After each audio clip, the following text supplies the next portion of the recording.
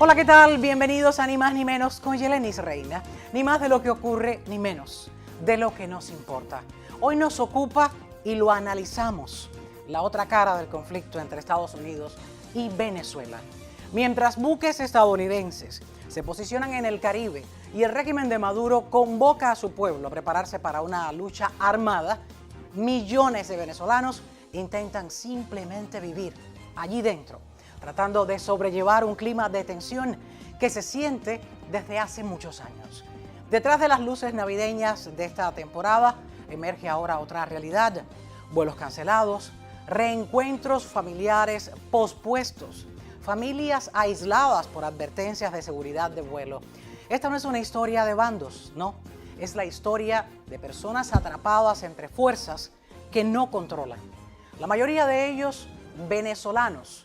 Ellos votaron por un cambio y eligieron en las urnas a Edmundo González, pero un régimen acusado de narcotráfico se aferra al poder. Y mientras el mundo observa movimientos militares dentro de Venezuela, la represión sigue cobrando vidas.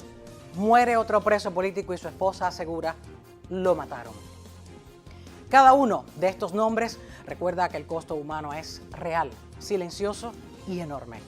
Estados Unidos insiste: esta no es una guerra contra los civiles venezolanos, sino contra las redes del narcotráfico, que enriquecen a pocos y dejan miles muertos alrededor del mundo. Y los números son devastadores: 600.000 muertes por drogas cada año a nivel mundial. Hoy ponemos la mirada en el espacio donde no se dispara una bala, pero el conflicto se siente, se respira y deja cicatrices en un pueblo que solo quiere vivir, reunirse, celebrar y ver llegar el cambio que eligió. Esta es la historia que casi nunca se narra. Esa es la que le vamos a contar hoy, y por ello voy a conversar con un analista desde Venezuela. En solo minutos, aquí en Ni Más Ni Menos con Yelenis Reina. Además, aquí en Estados Unidos se viven horas cruciales para el Instituto San Carlos. ¿Podría perder el exilio cubano su joya patrimonial en Cayo Hueso?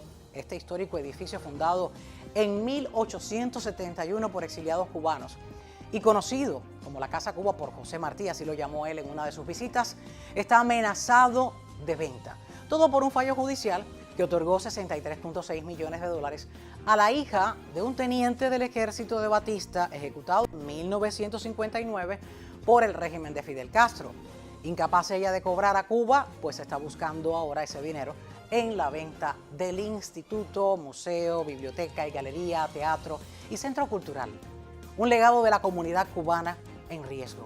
Conversaremos con Rafael Peñalver, abogado y curador, quien durante 40 años ha defendido incansablemente esta historia única. Les invito a que se queden hasta el final, aquí en Ni Más Ni Menos con Yelenis Reina. Ni más de lo que ocurre, ni menos de lo que nos importa. Comparte, suscríbete a mi canal y si te interesan los temas del programa, dale like, porque a mí también me gustan y me interesan. Vamos ya.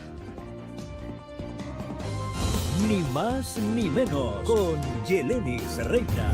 Ni más de lo que ocurre, ni menos de lo que nos importa. Desde lo que pasa en tu barrio, en tu ciudad y en tu condado, hasta lo que acontece en nuestro estado, en el país y en el resto del mundo, con una mirada crítica, sin parcializarnos y sin miedo a los temas delicados. Ni más ni menos que la verdad.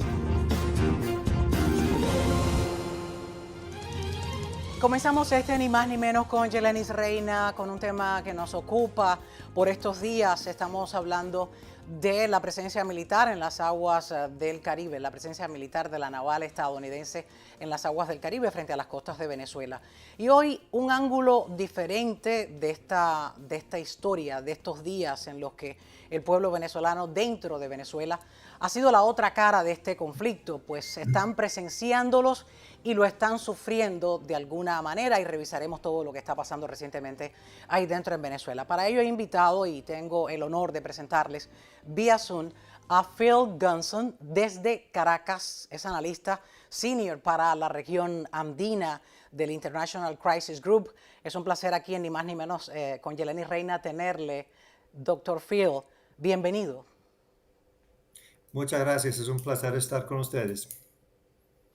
Un placer, el placer es mío. Usted está dentro de Caracas y esta es hoy la otra cara, como presentaba recientemente, que quiero mostrarle a todos los seguidores de este programa y darles a conocer no solo lo que está pasando, que lo tenemos de manos de titulares, sino de una persona que está ahí dentro, que investiga y produce materiales para el diseño de la política y la defensa en cuestiones de política en la región andina, y esa persona pues es usted.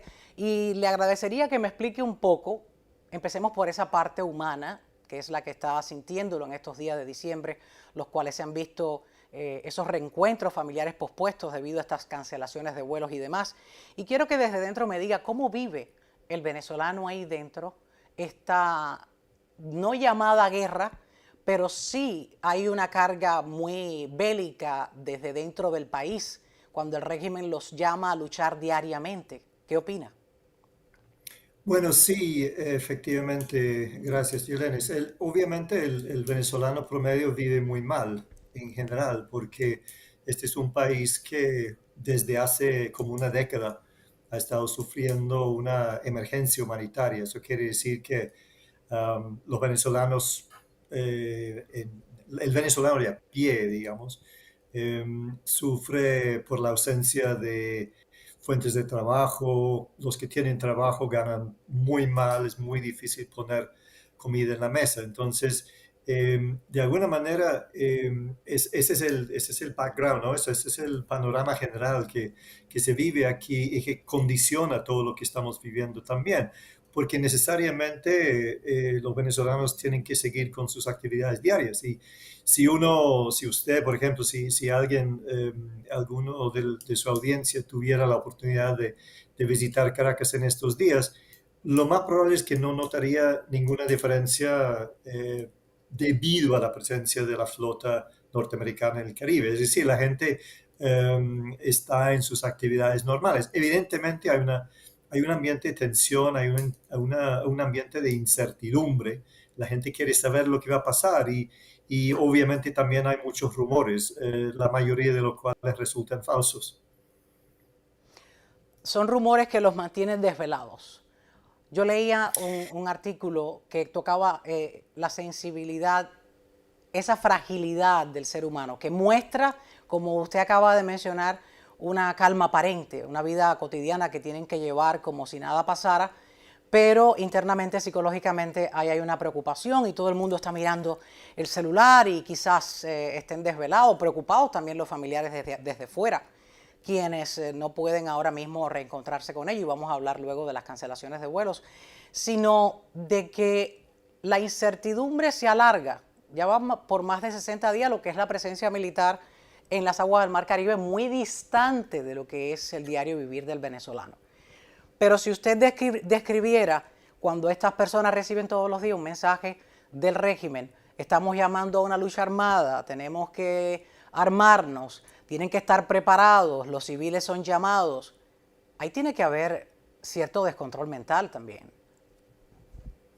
Bueno, sí, pero al mismo tiempo recuerde que este es un país que está acostumbrado de alguna manera a los excesos verbales del gobierno. Es decir, hemos estado, según la retórica revolucionaria, hemos estado desde hace 2 décadas por lo menos en una lucha contra el imperio, con constantes advertencias de que en cualquier momento nos podrían invadir o podría suceder cualquier cosa. Es un gobierno que se describe a sí mismo como cívico-militar policial. Es decir, la penetración de lo militar y lo policial en la vida cotidiana es algo que lamentablemente se ha vuelto práctica común. Y en ese sentido yo creo que hay que aplicarle un cierto descuento, por decirlo así, a la retórica del gobierno. Dicho eso, es evidente también que, y es natural, que el gobierno hace llamados a ampliar, a aumentar las filas de los milicianos. Hay un despliegue militar, sobre todo en las costas y en las fronteras, porque aunque yo creo que el gobierno sigue pensando que esto que está haciendo Trump es un bluff en el fondo, de todas maneras no pueden descartar la posibilidad de que empiece un bombardeo, de que empiece a haber ataques con cohetes, incluso dirigidos a individuos, ¿no? No solamente contra ciertas instalaciones. Entonces, el nerviosismo está presente y ese nerviosismo lo comunican a la población. Es un nerviosismo que es constante porque el discurso, como bien usted mencionaba, ha sido el mismo por muchos años. Quizás se hayan adaptado, pero este conflicto intensifica un poco más la preocupación. Hay unas declaraciones que quiero traer a colación y le invito a que la vea para mostrar este discurso del régimen, este discurso que no es más que el llamado a la guerra, el llamado a la lucha armada, pero ahora es el llamado a buscar a aquel que no esté en el bando de ellos, pues que los denuncien. Vamos a verlo, le invito, este discurso de parte de Diosdado Cabello. Nosotros estamos en una revolución pacífica, totalmente pacífica, pero no es una revolución desarmada. Nosotros tenemos un escenario de lucha no armada. Es el escenario que estamos todos los días. ¿O ustedes creen que cuando el imperialismo dice que va a parar al frente un portaaviones, es una amenaza directa a este pueblo? Portaaviones más grande del mundo frente a Venezuela, un país tan pequeño, que si pasan no sé cuántos aviones y todos los días una amenaza. ¿Por qué lo hacen? Porque creen que nos van a doblegar por el miedo y no nos conocen. No saben de qué estamos hechos nosotros. Es ahí, es el mensaje que usted mencionaba, es la retórica, y la conozco porque el régimen de Cuba pues es la misma fórmula que mantiene a toda la ciudadanía cubana. Desde que yo tengo uso de razón, ese ha sido el discurso. Igual también ya no creen en esas palabras de amenazas, pero igual está ahí de parte del régimen que hay que prestarle atención. ¿Cómo usted recogería el sentir del venezolano de a pie? ¿Comentan entre ellos esta situación o es un comentario del cual no se habla, solo en familia o en lugares pequeños? Vida, naturalmente. Esto tampoco es nuevo, pero evidentemente se ha acentuado en estos días. La gente lo comenta, la gente tiene mucho cuidado de no excederse, digamos, en redes sociales incluso, porque es muy sabido que, sobre todo si uno es empleado público, que hay verificación cada cierto tiempo, ¿no? De qué es lo que uno trae en el teléfono celular. Entonces la gente tiene cierta reticencia a la hora de expresarse verbalmente o digitalmente. Al mismo tiempo, yo creo que es importante entender que cuando hablamos de la opinión pública o cuando hablamos de lo que piensa el venezolano promedio, estamos hablando de una variedad de opiniones, es decir, no todo el mundo piensa igual.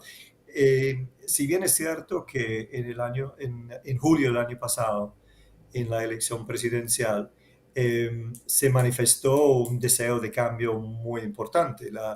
El margen de victoria de Edmundo González, que por supuesto ahorita se encuentra en el exilio, el margen de victoria fue muy grande, pero al mismo tiempo sigue habiendo un porcentaje de la población que apoya al gobierno. Digo que es importante porque a la hora de pensar en cualquier transición política hay que tomar en cuenta que no todo el mundo piensa igual. Y hay gente que siente nerviosismo, no solamente el autogobierno y los altos rangos militares que sienten nerviosismo, la gente que trabaja en el gobierno, que teme perder su trabajo o teme persecución, también está ahí. Y de nuevo, hay digamos, un sector de la población que a lo mejor quiere cambio y quiere cambio lo más pronto posible, pero tampoco está muy de acuerdo con la idea de que ese cambio sea violento. Entonces, como digo, hay una variedad de opiniones y estamos en una situación en que por las mismas razones, ¿no? que ya hemos expuesto, las encuestas no se publican, entonces no tenemos mucho acceso a mediciones confiables sobre el Reales. sentir de la población. Reales. Hábleme un poco en esta oleada de vuelos cancelados por seguridad y, y cómo se sienten muchas personas que han quedado con las maletas hechas, porque en Venezuela se puede viajar al extranjero, no hay ninguna prohibición como ocurre en Cuba, que hay que buscar ciertos y determinados permisos. Se pueden viajar, hay personas que han quedado con las maletas hechas para verse y reunirse en esta etapa de Navidad y no saben cómo, si salen, si van a poder entrar en la fecha de regreso que tienen planeada. ¿Cómo ve esto usted allí internamente? ¿Cómo las personas están reflejando estas medidas de cancelaciones de vuelos? Sí, conozco varios casos, o sea, amigos que estaban en esa situación, que pensaban viajar um, para la época navideña y no han podido hacerlo. Claro, es una minoría muy pequeña de la población que cuenta con los recursos, a pesar de que es cierto lo que dice usted, si no hay restricciones formales, la gente sí puede viajar, no se necesita un visado de salida para poder salir de Venezuela. Dicho eso, son cada vez menos los países que permiten la entrada de venezolanos sin visa. Y el propio caso de Estados Unidos es llamativo, ¿no? O sea, mucha gente que quisiera visitar Estados Unidos no puede porque hoy en día todo eso está suspendido. Los venezolanos para llegar a Estados Unidos y para llegar a muchos otros países tienen muchas más restricciones ahora que hace unos años. Totalmente. Las declaraciones de Nicolás Maduro, del dictador venezolano Nicolás Maduro, dejan entrever de que algo están queriendo dar a cambio en medio de unas conversaciones que sostuvieron. Hablo de Nicolás Maduro y el presidente de Estados Unidos, Donald Trump, de las cuales no se han dado a conocer muchos detalles, pero lo ocurrido recientemente, a principios del mes de diciembre, la llegada de los vuelos de repatriados a Venezuela. Ese vuelo de Estados Unidos sí fue autorizado a entrar por el régimen de Maduro. Vamos a escuchar las declaraciones de Nicolás Maduro y lo que usted piensa al respecto, si esto fue una estrategia para poder darle o más tiempo a estas negociaciones o querer empezar a tener algún tipo de luz verde en ella. Vamos a ver estas declaraciones. Hicimos un acuerdo con el enviado especial del presidente Trump el 31 de enero de este año para empezar con el plan Vuelta a la Patria, el regreso seguro de nuestros migrantes en Estados Unidos. Eso se ha cumplido. Hubo un percance recientemente. Recibí la solicitud directamente con mensaje directo para mantener el plan con aeronaves estadounidenses. Lo aprobé. El Instituto Nacional de Aeronáutica Civil Venezolana emitió los permisos como instituto que ejerce la soberanía aérea de Venezuela de acuerdo a los convenios mundiales. Ejerce la soberanía absoluta del espacio aéreo de Venezuela. Y ayer llegó el vuelo. Nuestros connacionales han llegado. Ya van rumbo a sus casas, al abrazo familiar. Y mañana llega otro vuelo y así seguirá semana tras semana el plan Vuelta a la Patria, regresando a nuestros migrantes a la paz de su hogar venezolano a manos de su familia. Gunson, ¿en qué usted traduce este accionar del régimen de Nicolás Maduro? De Yo creo aceptación de estos que vuelos de vuelta. sí, de acuerdo. Yo creo que a ambos les conviene, es decir, conviene al gobierno de Estados Unidos y conviene al gobierno de Maduro. Maduro evidentemente quiere negociar. De hecho, desde que empezó el despliegue militar en el Caribe, Maduro ha estado enviando señales de que hay negociación posible. Él quiere volver a la negociación. Por supuesto, quiere hacerlo a través del enviado especial Rick Grenell, que al principio de este segundo mandato de Trump adoptó una postura muy diferente, ¿no? al que estamos viendo en este momento. con acuerdos sobre la liberación de rehenes a cambio de, por ejemplo, la extensión de la licencia de Chevron, de la petrolera Chevron. Ese es el tipo de negociación que quiere Maduro. En Estados Unidos quieren que sigan los vuelos porque quieren seguir deportando a venezolanos. Maduro lo describe como el plan Vuelta a la Patria, pero el hecho es que esta gente está siendo expulsada de Estados Unidos y las condiciones no son para nada idóneas. Regresarán quizás la mayoría por lo menos a sus casas, pero siempre bajo vigilancia. Yo creo que a ambos les conviene y eso nos da quizás una pista en cuanto al posible desenlace de todo este conflicto, porque yo creo que al final del día es mucho más probable una salida negociada que un ataque militar. Como usted lo ve, es decir, que no va a ser necesario esa extracción, ese tipo de operación quirúrgica, como lo ha llamado el ejército estadounidense. ¿Usted lo ve de esa manera? Explíqueme, por favor.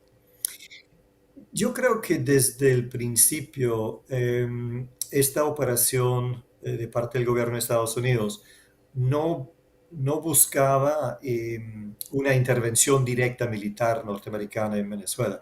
Todo lo contrario, o sea, lo que buscaba era ejercer presión sobre Maduro, sobre los militares venezolanos, de tal forma que Maduro llegara a la conclusión de que era hora de irse o los militares lo sacaran del poder.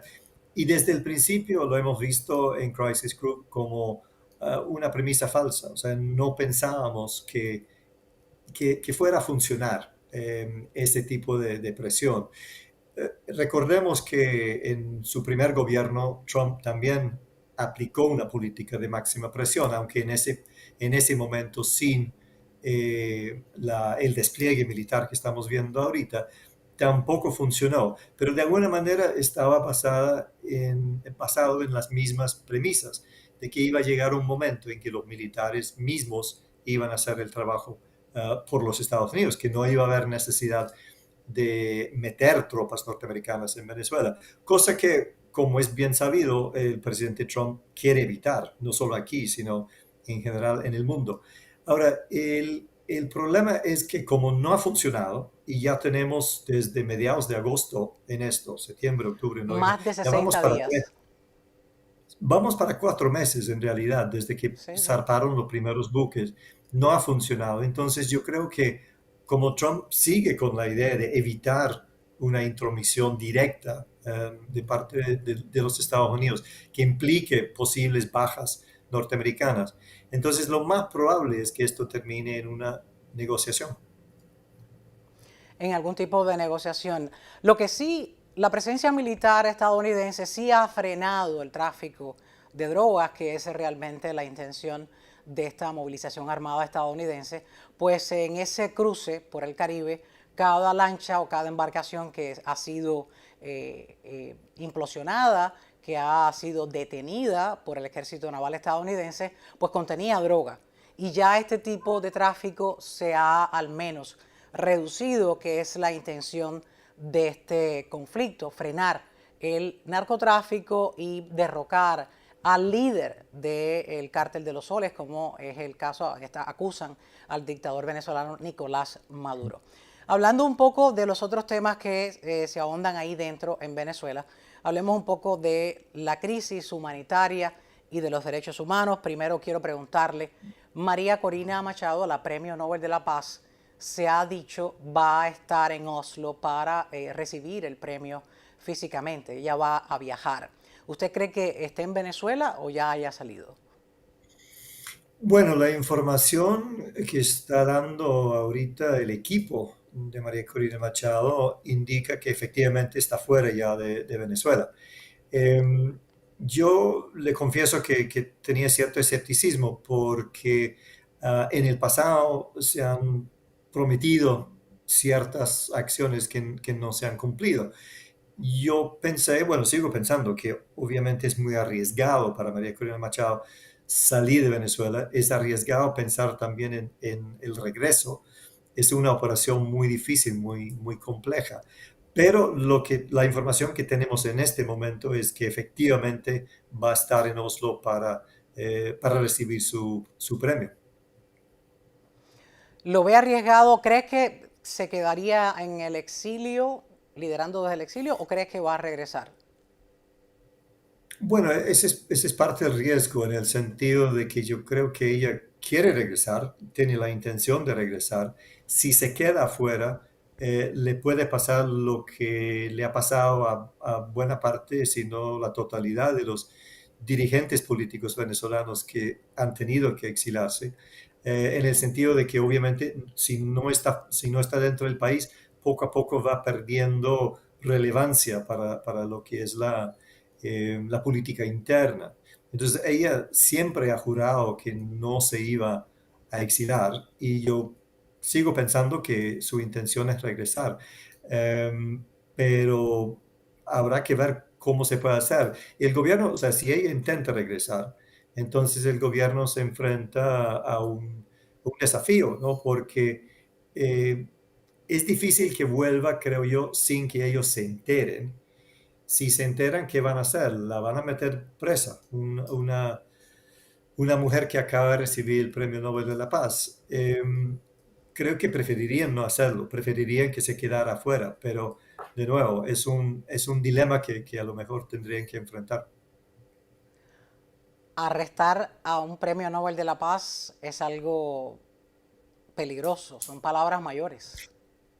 Peligroso, no sin precedentes, porque si mal no recuerdo, la premio Nobel Aung San Suu Kyi en Birmania, en Myanmar, también ha sufrido cárcel.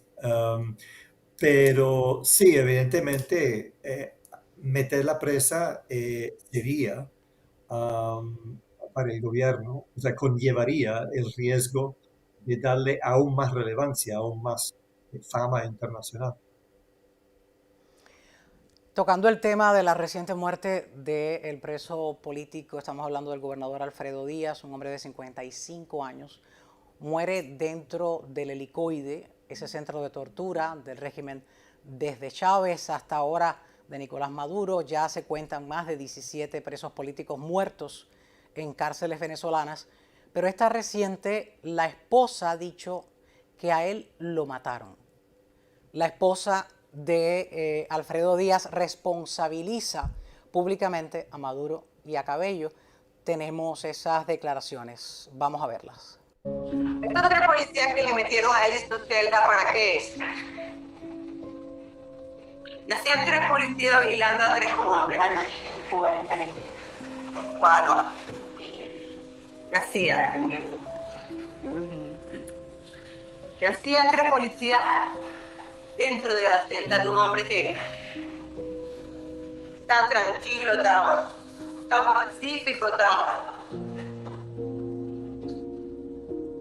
no sé qué le hicieron a mi esposo. Pero de un infarto no murió. Y pueden decir misa, pero Dios sabe, Maduro me lo mataron. Me lo mataron. Ahí escuchen las declaraciones de la esposa del ex gobernador de Nueva Esparta, Leinis Malavé, quien culpa al régimen, que es, en primera, fue quien lo arrestó. ¿Por qué? Por salir a protestar en ese 28 de julio del año pasado, cuando los resultados electorales pues dieron como triunfador a Edmundo González. Y ese único hecho de salir a protestar le costó a él ahora la vida, pero a los que lo hicieron le ha costado, ya va por un año de cárcel. Y es lo que ella denuncia, y es lo que ahora tiene que enfrentar también el régimen de Nicolás Maduro en las esferas internacionales. No muchos se van a hacer eco de ello, pero es algo que se debe dar a conocer, porque si hay algo que no se investiga en ninguno de estos regímenes, es el tipo de tratamiento que tienen para con los presos políticos, que son presos de conciencia, son personas que por pensar diferente, pues los mantienen privados de su libertad. ¿Podría esto hacer que Nicolás Maduro cambie su tono en el tratamiento a estos presos políticos que quedan ahí dentro?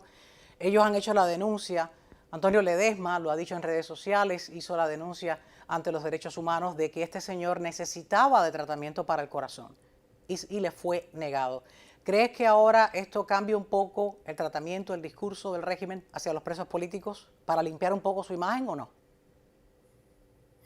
Bueno, esto es parte de la tragedia de los presos políticos, ¿no? No solo se les niega el debido proceso, sino que en muchos casos se les niega acceso, obviamente, a sus abogados, pero también acceso a el tratamiento médico para los que sufren de alguna enfermedad. No creo, es decir, no creo que cambie nada, lamentablemente. Yo creo que esto hay que tomarlo en cuenta también a la hora de pensar en las ofertas que aparentemente ha hecho Estados Unidos de ah, exilio, unas garantías, ¿no? Supuestamente para que Maduro y sus colaboradores vayan al exilio y supuestamente vivan felices y tranquilos a cambio de permitir que en Venezuela haya otro tipo de gobierno. Ahora, cuando uno ve este tipo de casos, uno entiende um, que es muy difícil que se dé ese tipo de garantía. Antes era más fácil, pero hoy en día con la jurisdicción universal, con la Corte Penal Internacional, donde podría haber en algún momento, Venezuela está siendo investigada, podría haber órdenes de arresto en algún momento para, posiblemente incluso para el presidente, pero ciertamente para algunos de los altos oficiales militares, por ejemplo. Entonces, eso complica todo a la hora de tratar de negociar una salida pacífica. Y es algo que se enfrenta en el marco de cualquier posible negociación. Tocando ahora el tema del conflicto como tal, aquellas intenciones del presidente Donald Trump desde el día 1 para justificar ese poderío naval frente a las costas de Venezuela, se confirma entonces lo de las acusaciones del presidente Donald Trump hacia el dictador venezolano Nicolás Maduro, y son las declaraciones del Pollo Carvajal las que han destapado una caja de Pandora, pues no solamente, como ha dicho él, ha sacado a expiar su conciencia y sus pecados, sino es que ha escrito esa carta donde revela secretos y las lealtades al régimen se han roto. Esta carta es algo que se pudiera ver como real, un tipo de denuncia, algún tipo de negociación que él está queriendo tener con el gobierno de Estados Unidos, o es que realmente quiere deshacerse de toda carga en esa lucha que convivió con el régimen. Yo creo que las circunstancias nos tienen que hacer dudar de lo que dice Hugo Carvajal en esta carta. Yo creo que es evidente que se da en el marco de negociaciones o lo que él pretende que sean negociaciones sobre su futuro en la causa, la sentencia, los años que va a tener que pasar en la cárcel. Entonces eso me hace dudar y me hace dudar también el hecho de que lo que dice en la carta coincide tanto con lo que le conviene al gobierno de Trump en el marco de esta operación que está llevando a cabo. Entonces, obviamente, habría, en el caso de que esto sea examinado por un tribunal o por la fiscalía en Estados Unidos, eso es algo que habría que tomar en cuenta. Pero en este momento yo lo veo más bien como una jugada política y personal del que le llaman el pollo Carvajal, que una pieza de evidencia confiable en el marco en el marco de la investigación de lo que el gobierno de Maduro ha hecho. En esta carta que la teníamos ahí en pantalla voy a enumerar algunos de los renglones que quizás de los más importantes de esta carta, y es que él ha dicho, el ex jefe de inteligencia reveló en esta carta que el cártel de los soles operaba como estrategia estatal, que Cuba sugirió inundar a Estados Unidos con cocaína, que el tren de Aragua fue armado por el poder bolivariano, que Rusia y Cuba operaban espionaje en Estados Unidos. Analistas lo califican como un casus belli. La carta se percibe como un punto de no retorno para la relación de Washington-Caracas. ¿Usted lo ve así o en algún momento esto podría cambiar? Bueno, hay varios puntos. Primero, en esa carta, Carvajal dice algunas cosas que no son ciertas. El tren de Aragua no fue creado por el gobierno de Maduro. El tren de Aragua es un grupo criminal con el que el gobierno y altos funcionarios del gobierno sí efectivamente tuvieron relaciones cercanas y con el que el gobierno hizo tratos en algunos momentos. Pero el tren de Aragua no fue creado por el gobierno de Maduro, ni fue tampoco enviado a Estados Unidos como parte de una conspiración terrorista. Yo creo que, como digo, el problema con la carta como evidencia es que es un poco como si lo hubiera escrito algún funcionario del gobierno Trump para buscar la justificación de lo que están haciendo en el Caribe. Recordemos que la descripción que hace el gobierno de Trump del gobierno de Maduro es que esto no es un gobierno, sino que es un cártel narcoterrorista. Y yo creo que en muchos de los, no es por, digamos, por minimizar el tipo de crímenes que se han cometido en Venezuela, pero pensar que el Cártel de los Soles es una organización como tal, no una etiqueta que describe un fenómeno, el fenómeno de los militares en particular de venezolanos que reciben dinero del narcotráfico. Yo creo que es falsificar la situación, y cuando se falsifica la situación se tiende cuando el diagnóstico, digamos, es incorrecto, entonces el remedio también puede ser incorrecto. Y aparte de eso, yo también pienso que si fuera un cartel, digamos, o para combatir los verdaderos cárteles de la droga en Sudamérica, me parece a mí que un portaaviones no es el método más idóneo. Lo que sabemos de los narcotraficantes es que son muy adaptables, tienen muchos recursos, y si bien es cierto que en este momento ha disminuido notoriamente el tránsito de estas llamadas narcolanchas en el Caribe. Narcolanchas. Si se fuera la flota, eso empezaría de nuevo a fluir por aquí. En este momento ese flujo va por otro lado. Entonces, me parece que ni el diagnóstico es correcto, ni el remedio que proponen va a funcionar. Phil Gonson, analista realmente tiene toda la información ahí dentro, analista senior para la región andina del International Crisis Group. Gracias por esta oportunidad, gracias por su intervención en el programa Ni Más Ni Menos con Yelenis Reina. Le invito que en los próximos días, sobre todo para los días del nuevo año, le invito a ver si ha cambiado el panorama y si nos podría también decir qué es lo que podría pasar en estos últimos días de este año a modo de cierre.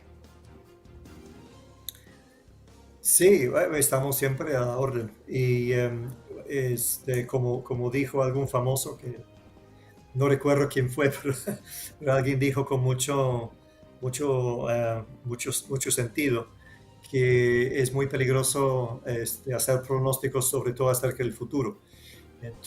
Pero lamentablemente es parte del trabajo. Entonces tenemos que por lo menos tratar de analizar algunos escenarios, ¿no? Y asignarles porcentajes de probabilidad. Su punto de análisis, su trabajo, esa es su base. Así es. No es solo un pronóstico de ese futuro incierto, sino es un punto de análisis. Gracias nuevamente. Pues una linda y feliz Navidad en medio de todo lo que se está viviendo ahí dentro, y espero que se conecte próximamente con nosotros. Gracias, seguro que sí. Gracias. A ustedes les invito a que continúen aquí en Ni Más Ni Menos con Yelenis Reina. Ya regreso con un poco más. No se vayan.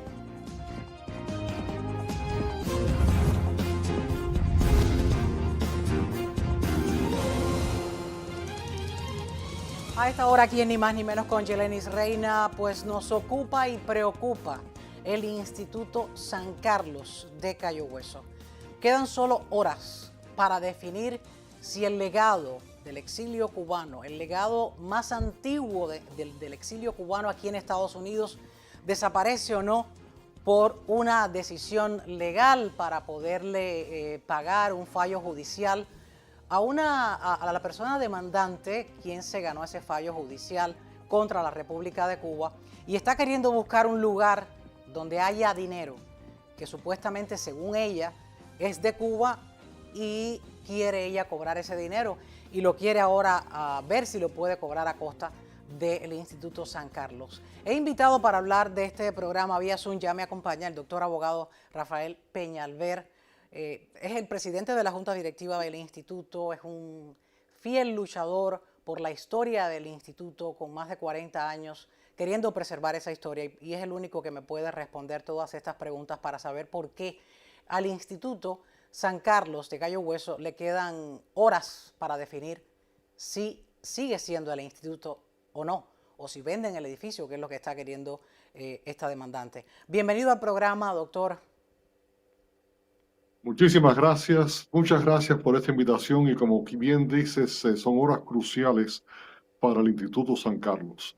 Es increíble que una persona y todos compartimos su dolor, como el dolor de que toda persona que haya tenido un familiar fusilado o que haya perdido un familiar con el tema cubano, pero que una persona que haya logrado obtener una sentencia por la pérdida de su padre, o el padre de esta señora, según dicen, fue teniente del ejército de Batista y después fue fusilado por el régimen castrista.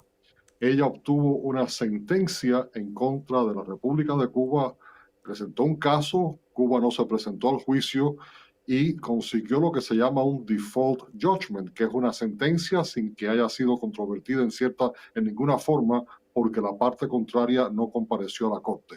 Consiguió una sentencia en contra de la República de Cuba por más de 55 millones de dólares y ahora reclama que el San Carlos le pertenece a Cuba y por lo tanto ella está pidiendo que se venda el San Carlos en la escalinata de la corte allí de Cayo Hueso y que se le venda al mayor postor y que el dinero que se recaude se le entregue a ella.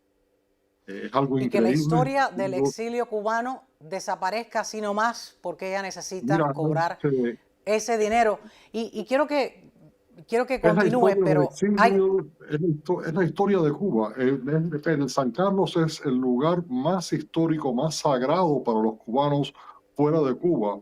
Y yo te diría que el edificio más sagrado relacionado a lo que fue la lucha independentista de Cuba. Allí fue donde José Martí y todos los grandes patriotas pasaron por el San Carlos pidiendo ayuda para la lucha independentista. Por allí pasó Antonio Maceo, por allí pasaron todos los grandes generales, Máximo Gómez, todos iban allí a pedirle a los tabaqueros, aquellos humildes tabaqueros cubanos que vivían en Cayo Hueso y que allí organizaban la lucha independentista, apoyo para esa lucha mambisa de los cubanos para obtener su libertad. Tanto quiso Martí al San Carlos que le llamó la Casa Cuba. La Casa Cuba. Y esa la Casa Cuba, el hogar espiritual de todos los cubanos. Y hemos logrado, con tanto esfuerzo... Estamos hablando de 1800. No estamos hablando de 1959, que es cuando entra el régimen de Fidel Castro. Y quiero mencionar el nombre de esta señora, que como bien usted mencionaba, sentimos su dolor. Su padre fue una de las tantas víctimas. Yo preferiría ni mencionar, de verdad, porque es que es algo penoso. Yo creo que una persona, no quiero decir que es algo tan penoso, que seamos los cubanos los que estemos, un exilio cubano hemos estado luchando contra el régimen de Castro que ha tratado de quedarse con el San Carlos y siempre hemos triunfado. Y que ahora estemos luchando contra una víctima de Castro, que está tratando de cobrar una sentencia contra lo más sagrado que tiene el pueblo cubano, el Instituto San Carlos. ¿Qué cosa, qué mensaje le estamos mandando a ese pueblo en Cuba? Que nosotros aquí en el exilio estamos buscando nada más que la ganancia económica, que somos capaces de destruir la institución más sagrada en términos patrióticos, en términos docentes que tenemos los cubanos. Entonces, con la cantidad de personas que han obtenido sentencias, porque esta señora no es la única que ha sufrido un fusilamiento de su esposo o de su hijo. Hay miles de cubanos que han pasado por ese mismo dolor. Y pensar que muchos de ellos tienen sentencias en contra del gobierno de Cuba y que ahora seamos capaces de destruir nuestro patrimonio, todo el símbolo más grande de nuestra patria que tenemos en el exilio. Si hacemos eso con el San Carlos, ¿qué mensaje le estamos mandando a ese pueblo en Cuba? ¿Qué va a ser entonces el próximo? ¿Qué es lo próximo que vamos a cobrar? ¿El Castillo del Morro? ¿El Capitolio de La Habana? No, el San Carlos lo que representa es la aspiración de un pueblo para ser libre, para los ideales patrióticos que allí se representan, los ideales más nobles cubanos. No el dinero de una persona que quiera agarrar dinero, pero ese es el mensaje, desgraciadamente, que se le va a mandar al pueblo de Cuba si esto lleva adelante. Yo tengo la gran esperanza de que la juez que tiene el caso, una juez muy capacitada, de gran reputación, la juez Mabel Ruiz, tiene este caso. Ella, pues yo tengo la gran esperanza y así confío que vea la realidad de este caso, lo que el San Carlos representa para Cuba y que no le pertenece. La República de Cuba no es la dueña del San Carlos. El San Carlos se estableció en el año, como tú bien dices, 1871. La República de Cuba no existió hasta el 1902. Fue en el 1919, después de que el San Carlos había sido abatido por un ciclón, que la República de Cuba, en agradecimiento, en honor a aquel gran esfuerzo del exilio cubano de Cayo Hueso y del San Carlos en particular, cuando vio que aquel edificio del San Carlos había sido destruido por un ciclón, apoyó para la construcción del edificio actual y se con puso una cantidad de dinero X. Se puso la República de Cuba como en función de fideicomisaria. Si tú ves el documento del San Carlos donde aparece la República de Cuba, dice a la República de Cuba en función de fideicomisaria para beneficio del Instituto San Carlos. Esa es mi pregunta, doctor.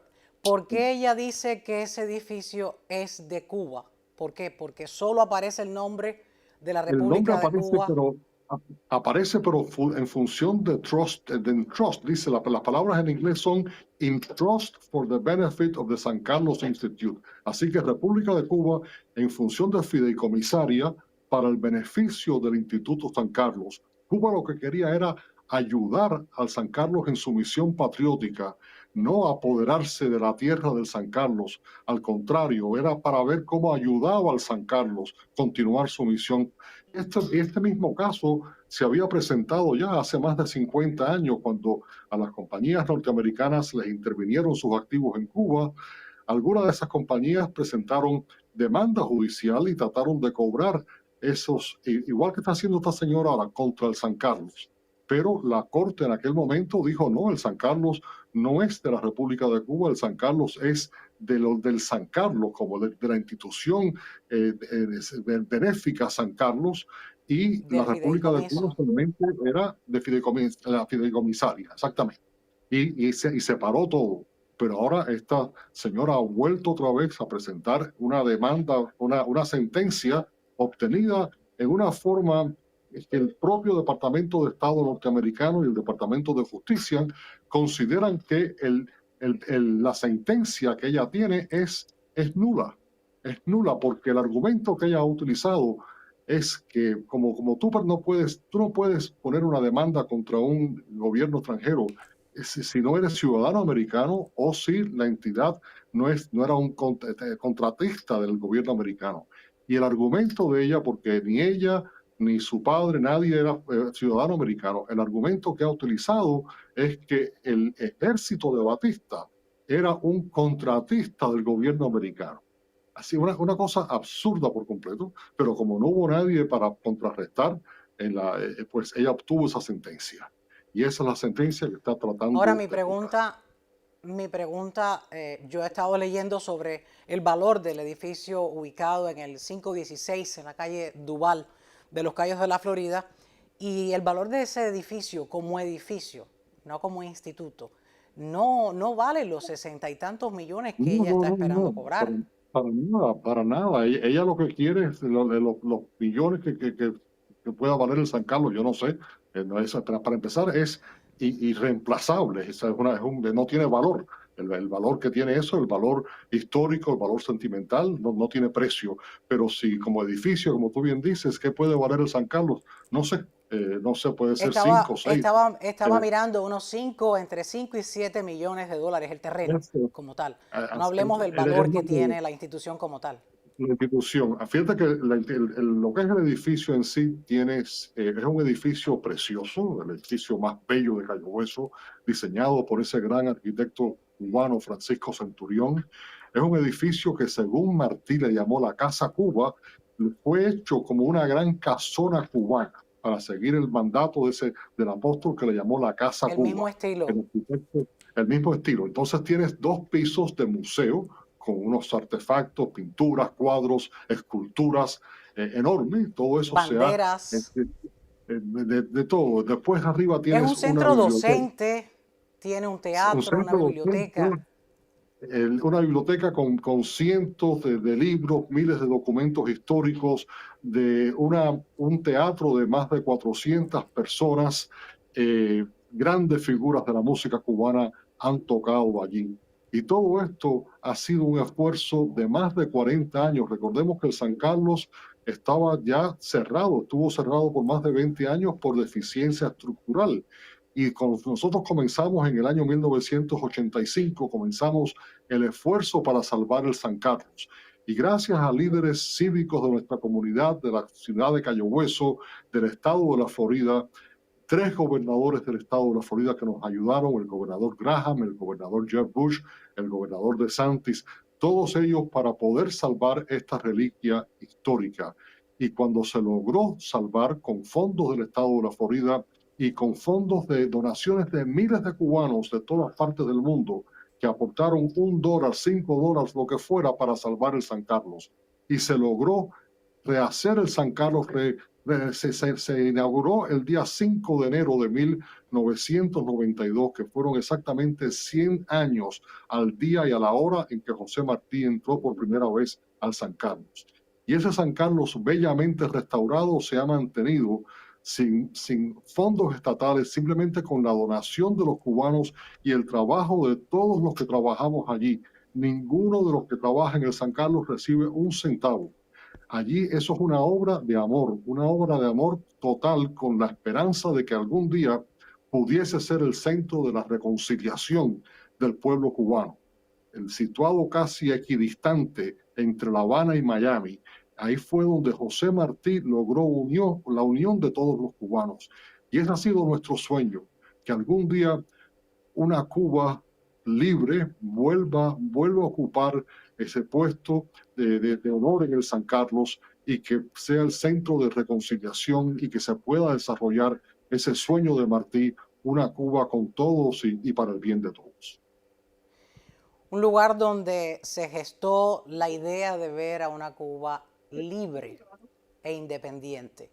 No fue un lugar donde se sentó ni entró un régimen de los Castro cuando en el 59 engañaron a un pueblo.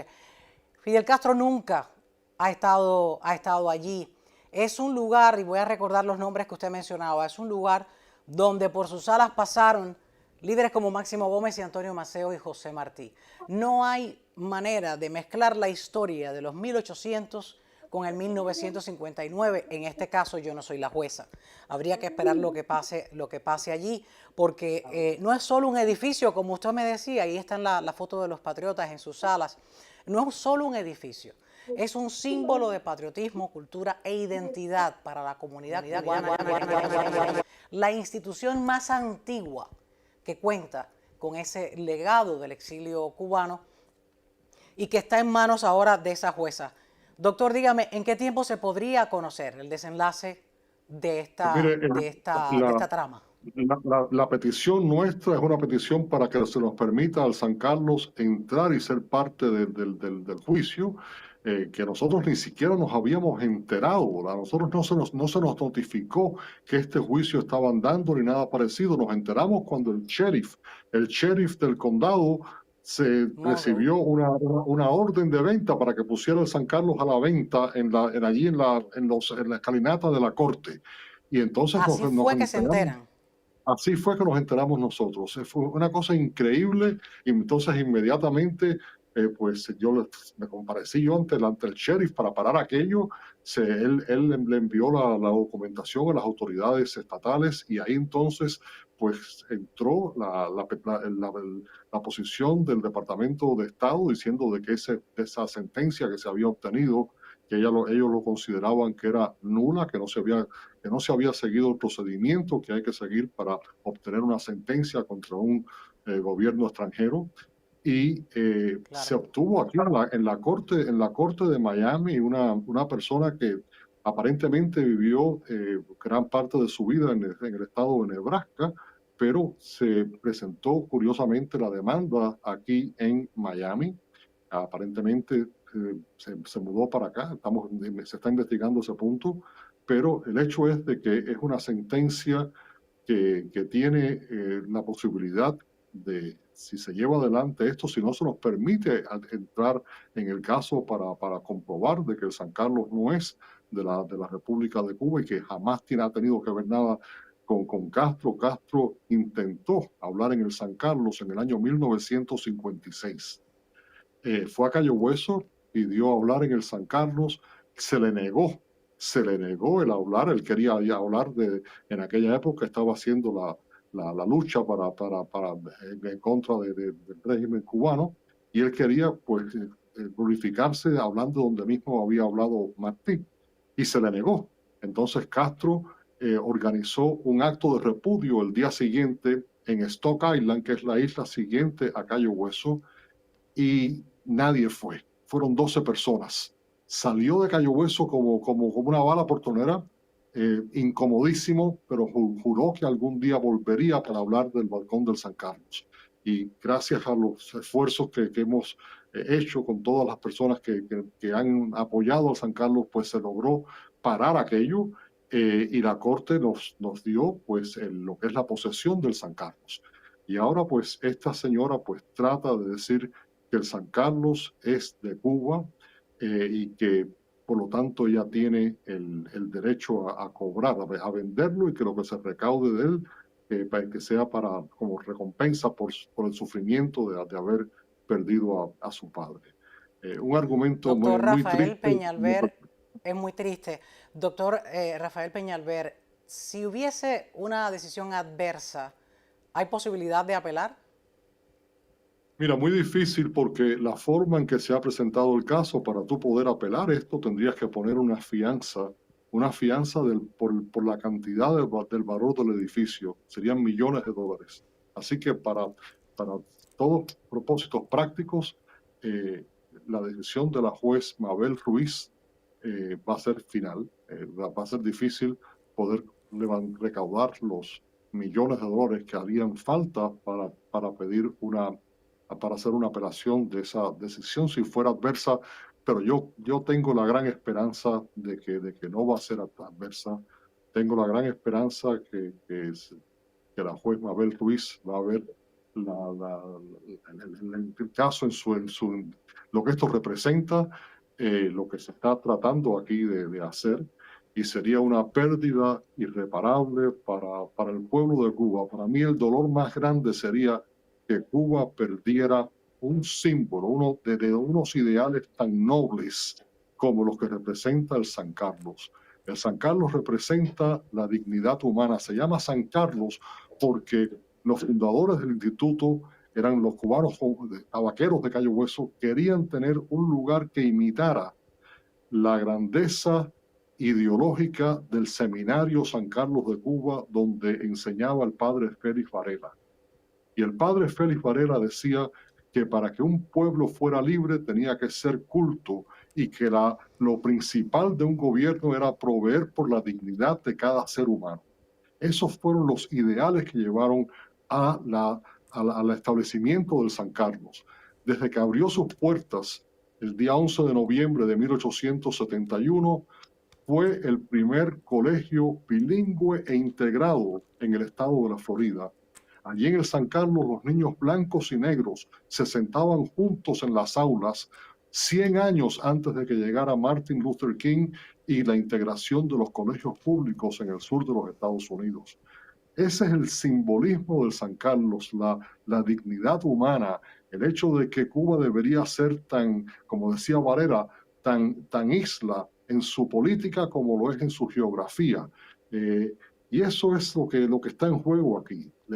Para mí, la satisfacción más grande, después de estar 40 años dedicado a esta misión, la satisfacción más grande para mí es cuando llegan allí los padres y los abuelos y llevan a sus hijos y a sus nietos, y para que aprendan de historia de Cuba en el San Carlos, para que admiren la belleza arquitectónica de aquel lugar, pero más que nada para que admiren los ideales que ese edificio representa. Eso es lo que es el San Carlos. Cuando los muchachos salen de allí, salen más conocedores de su historia, más orgullosos de su herencia cubana, y para los adultos, pues es como una antorcha que se ha ido pasando de generación en generación, desde 1871 hasta el presente, y de verdad que sería una pérdida irreparable que esto se perdiera, y que el que lo compre, sabe Dios lo que vaya a convertir este edificio.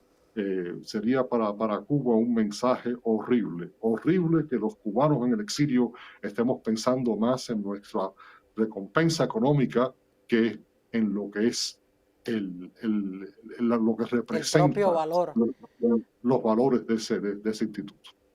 el propio valor histórico. Doctor Rafael Peñalver, gracias por esta intervención. La mejor de las suertes para estas últimas horas que están viviendo todos ustedes, mirando a ver cuál es la decisión de la jueza, quien está queriendo dar un veredicto, y que son los que el que va a marcar el destino de ese instituto, y a ver si finalmente la demandante se va a salir con la suya y obtiene esos activos que quiere obtener, sin importarle el símbolo de historia, el símbolo histórico del exilio cubano que guarda. Va a ser el pueblo cubano quien va a pagar, el pueblo cubano y los contribuyentes de aquí de la Florida, los que van a pagar por los crímenes de Castro. Y vamos a perder esta institución tan simbólica en el proceso. Así que esperemos que eso no pase, esperemos que el San Carlos sobreviva esta etapa, y que pronto podamos celebrar una reunión de todos los cubanos allí en San Carlos, con una Cuba libre. Que así sea. Feliz Navidad, doctor. Muchísimas gracias por la oportunidad y muchos éxitos en esa vista legal próxima a ocurrir. Gracias una vez más. Muchas gracias. Les espero con sus saludos aquí, en Ni Más Ni Menos, con Yelenis Reina. No se vayan.